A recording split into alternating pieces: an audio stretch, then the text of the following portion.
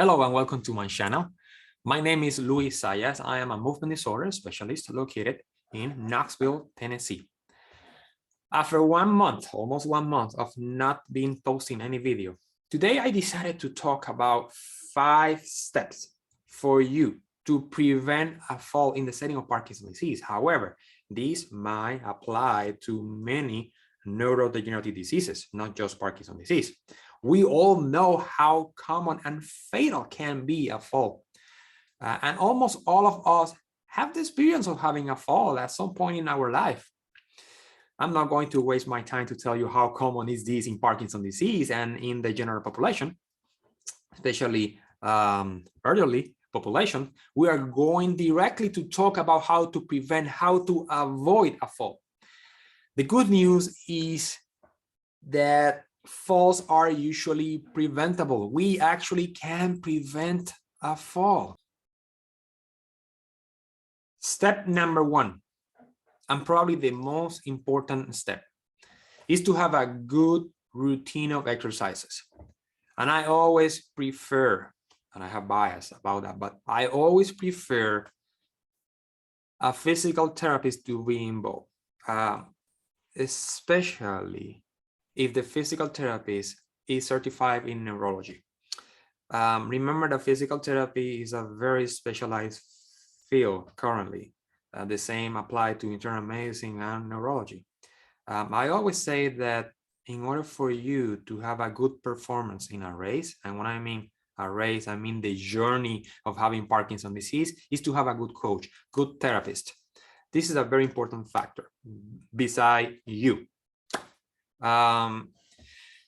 Try to find out a good therapist to fit with you, with a lot of experience in balance issues as well. Okay, like I say, not every therapist is very well trained in Parkinson's disease and neurodegenerative diseases.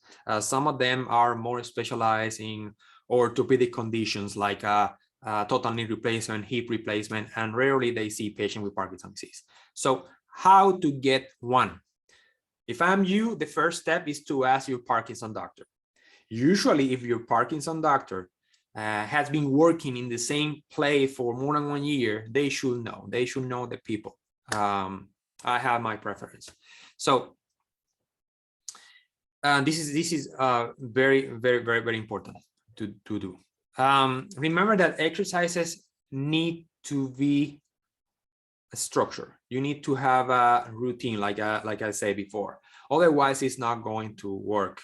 Okay, if you stop doing exercises, whatever you got during the last month, the last 2 months of doing exercises, if you stop everything, you will start losing whatever you gain. That's why it's so important to be consistent with exercises. Otherwise, I think it's a waste of time. So you need to be consistent, very important. So exercises should be part of your life. The same thing applies eating. So we eat every day. The majority of the people in the United States eat 2, 3 times, some of them 6 times a day. So the same thing applies with exercises, okay? Has to be part of your life. I actually have a video about exercises in the setting of Parkinson's disease.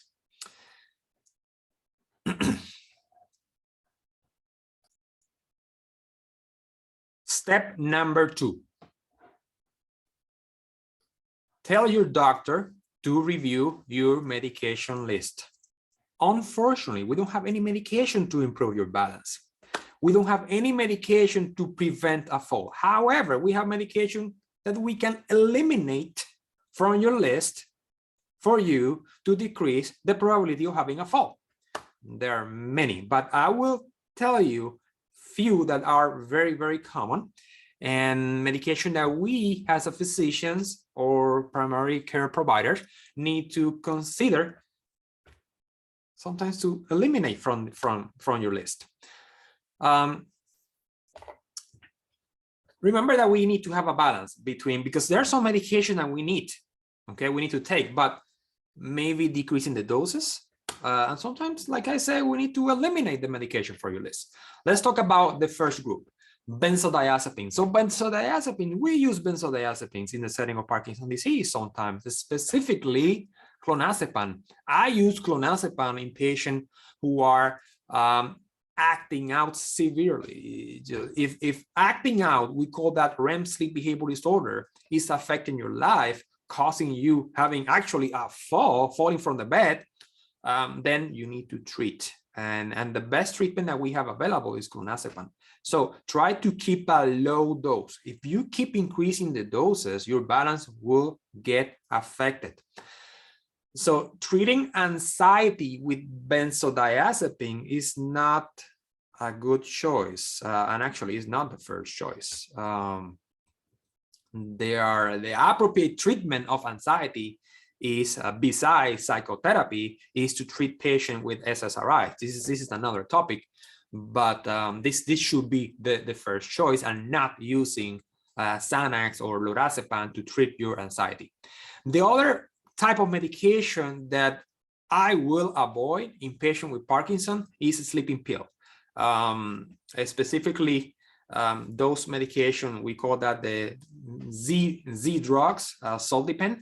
Those medication might cause you to have drowsiness, obviously, worsening of the reaction time, and more balance issues, disequilibrium, so causing you to have more predisposition of having a fall.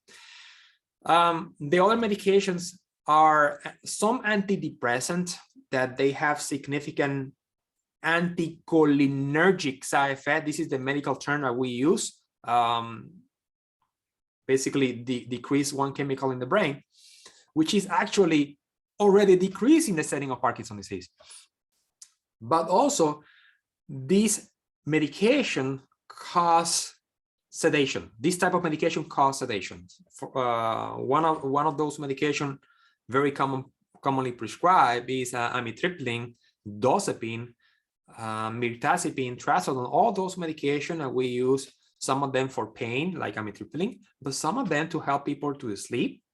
And they might help you to sleep, but again, it might cause significant worsening of the reaction time, drowsiness, and more balance issues, disequilibrium, leading you to have a fall. The other group of medication is anything that block dopamine. Remember that in Parkinson, we have deficiency in dopamine. So if you use an antipsychotic medication or medication anti-agitation, anti-psychosis medication drugs, such as this one I have here, there are many, but this is one of the common one that we use, risperidone, quetiapine, olanzapine. All of those medications might, again, cause balance issues, and many of them are highly associated with what we call orthostatic hypotension, which is a sudden drop in blood pressure. I'm going to talk about that because this is one of the steps. Painkiller is another group. For example, tramadol, morphine, codeine, all those medications might cause, again, worsening of reaction time, drowsiness, more balance issues, disequilibrium, and some of them actually might drop the blood pressure too. Anti-seizure medications, medication that we use to control seizures, such as phenytoin, primidone, carbamazepine, all those medications also might cause you to have more balance issues in different way. For example, phenytoin make your cerebellum, which is the back of the head, smaller, so causing you to have what we call incoordination, ataxia, balance issues. So that's a different type of mechanism to cause you to have a fall, a long term. Also, medication approved by FDA for Parkinson's disease, such as the dopamine agonist, pramiprazole, ropinirole. Those medications tend to drop the blood pressure in susceptible patients. So you have to be careful. Sometimes we need to eliminate those medications from your list because that might cause you to have a fall. Other medications are medications that we use to treat big prostate. For example, what we call Flomax, Dosacin. So anything that finish with Sosin, S-O-S-I-N, might drop your blood pressure, especially when you stand up.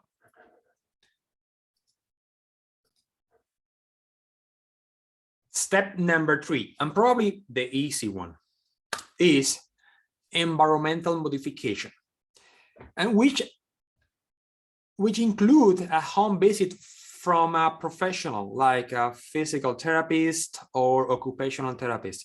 They actually check for environmental hazard such as poor lighting or sliding carpet, and might recommend some modification. Sometimes you need a grab bars in specific areas in your house, such as the bathroom.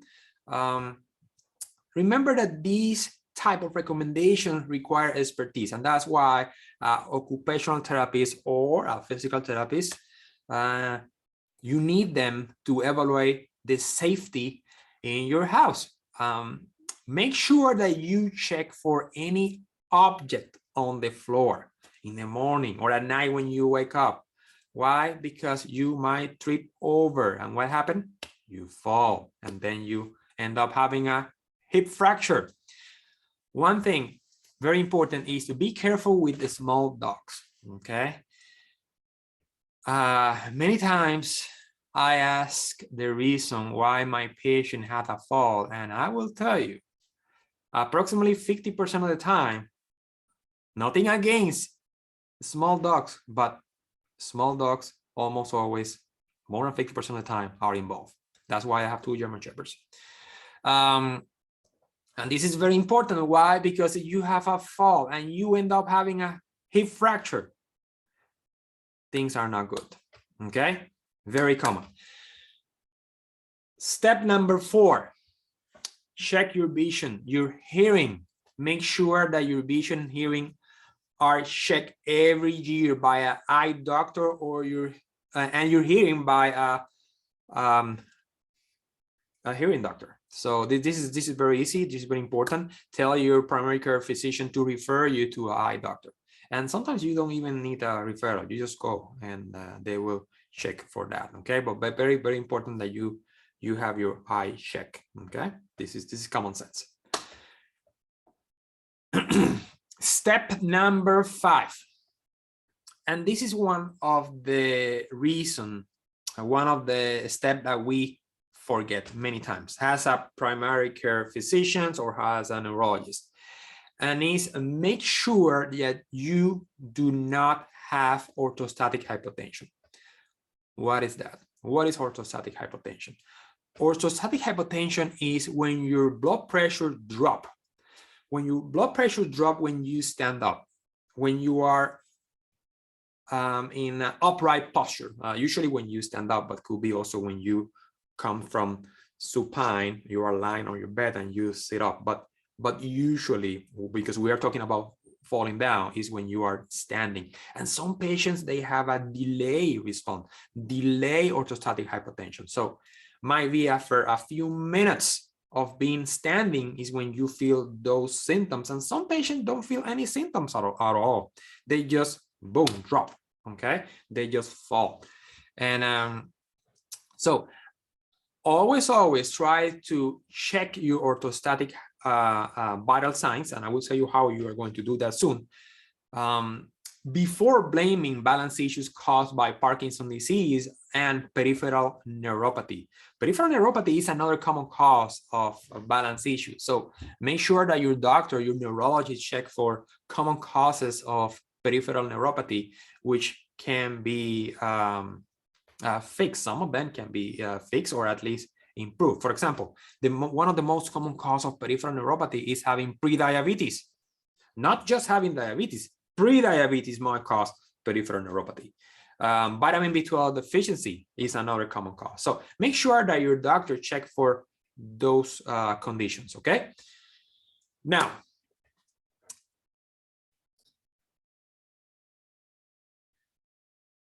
let's talk about how you check orthostatic vital signs.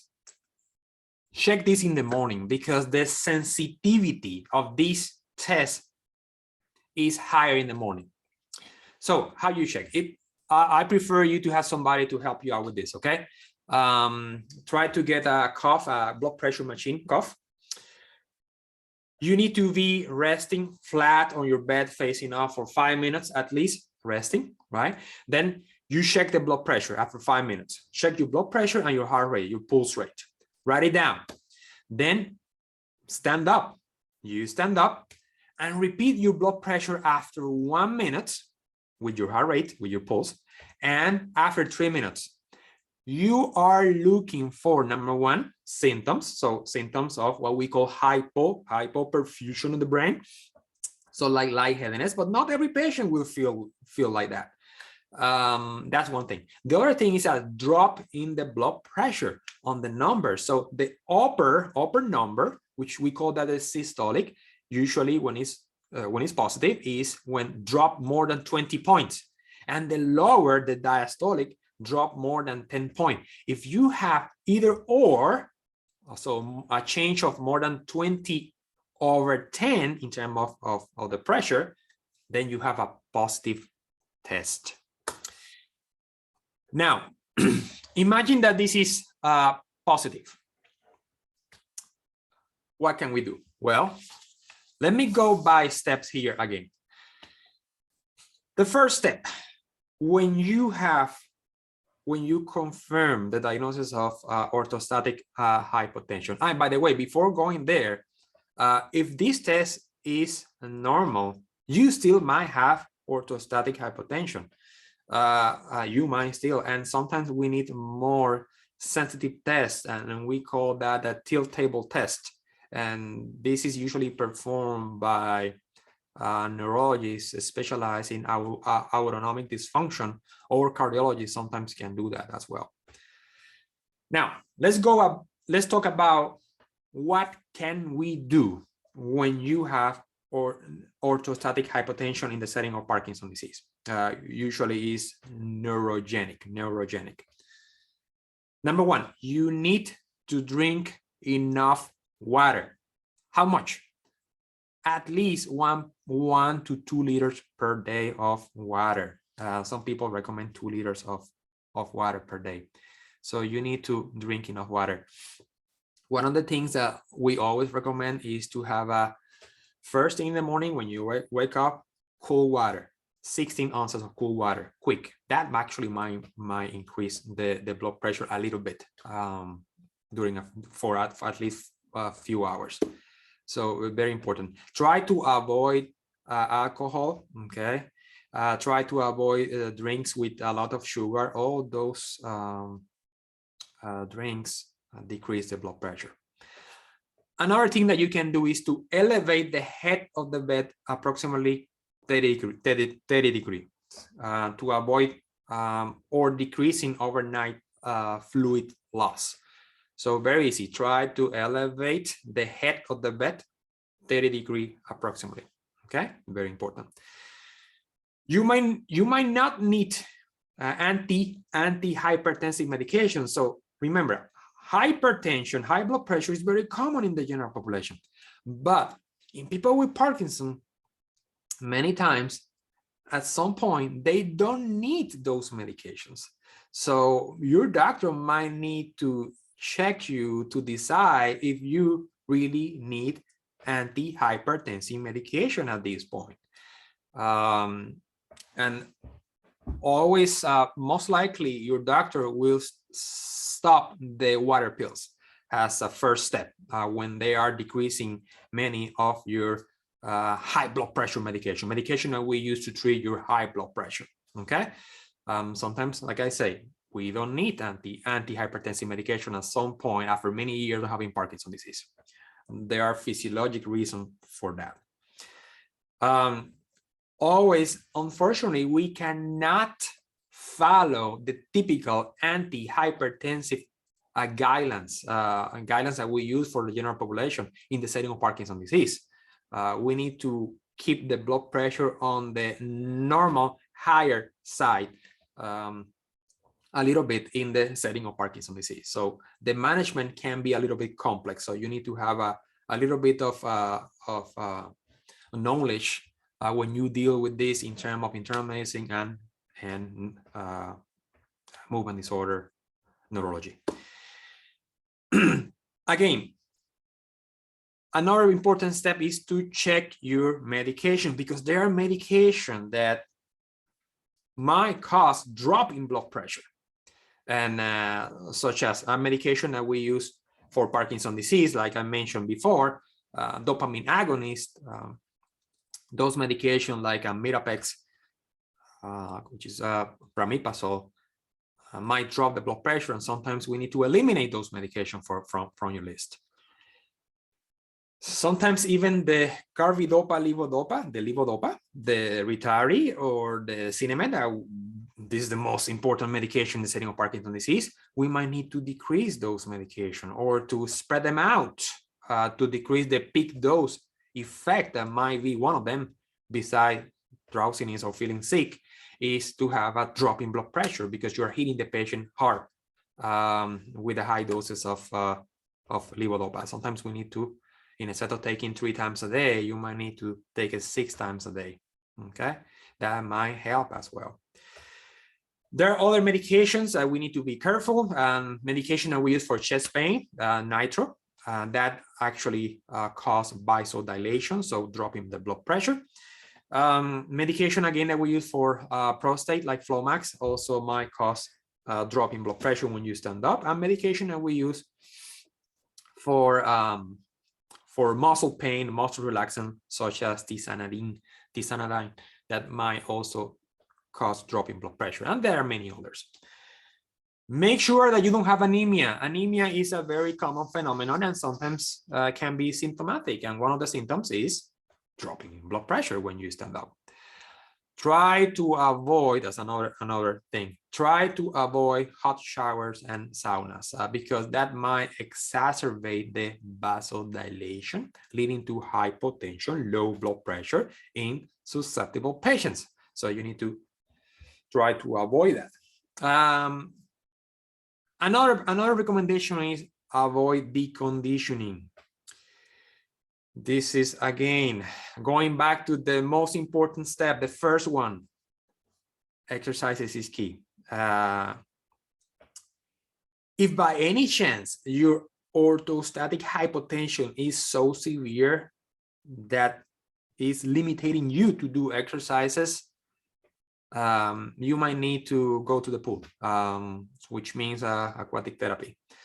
But be careful when you get out of the pool, okay? When you do exercises in the water, gravity is not involved, so you are not going to feel those symptoms, and you're in the water. But again, I have a full video about exercises in the setting of Parkinson's disease. Be careful. You cannot do exercises in the pool by yourself. You need to be with somebody in the pool, okay? Very important.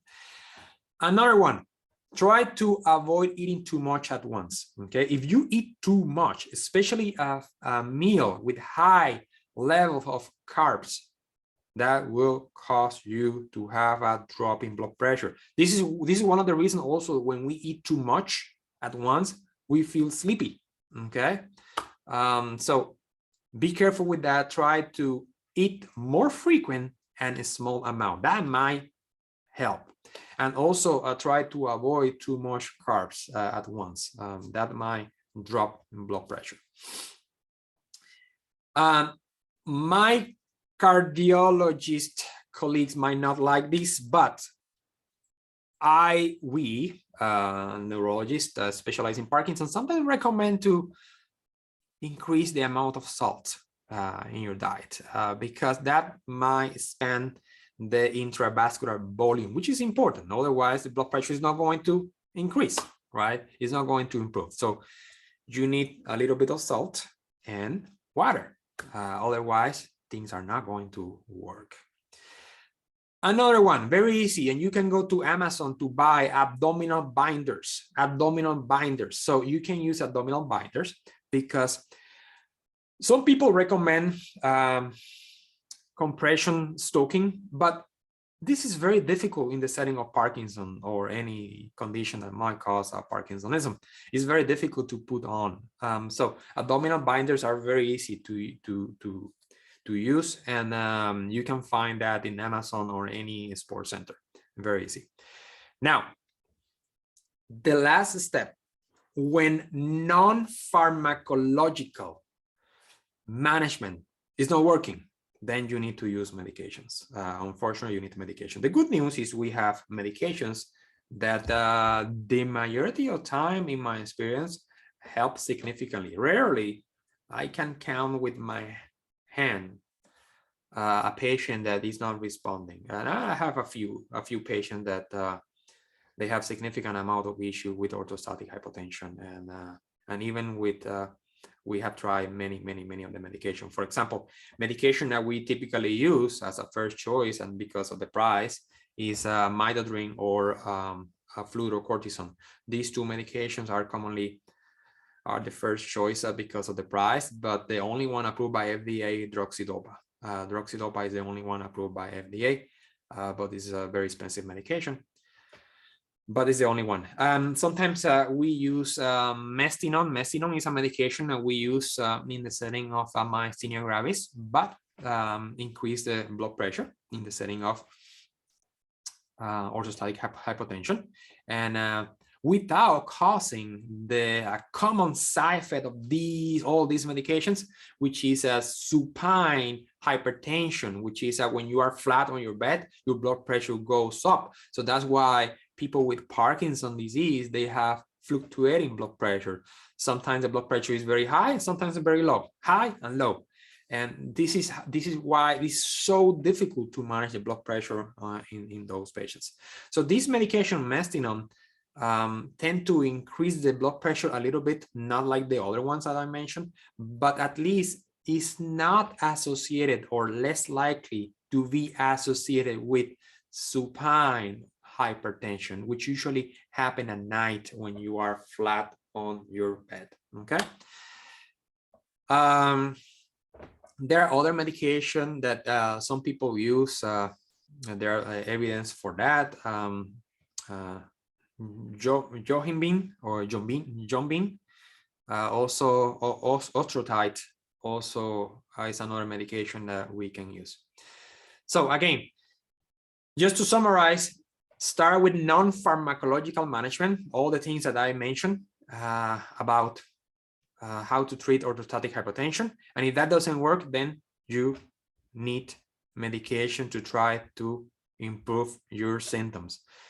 Normalizing the blood pressure in the setting of Parkinson's disease is not a goal. This is not going to happen. Okay, this is not going to happen. You have already a problem with your autonomic system, so we cannot fix that. Okay, we can help you to decrease your symptoms, and that requires to have a little bit of higher blood pressure, high normal blood pressure. Okay, if you like this video, don't forget to like and subscribe to my channel. Thank you very much. See you soon.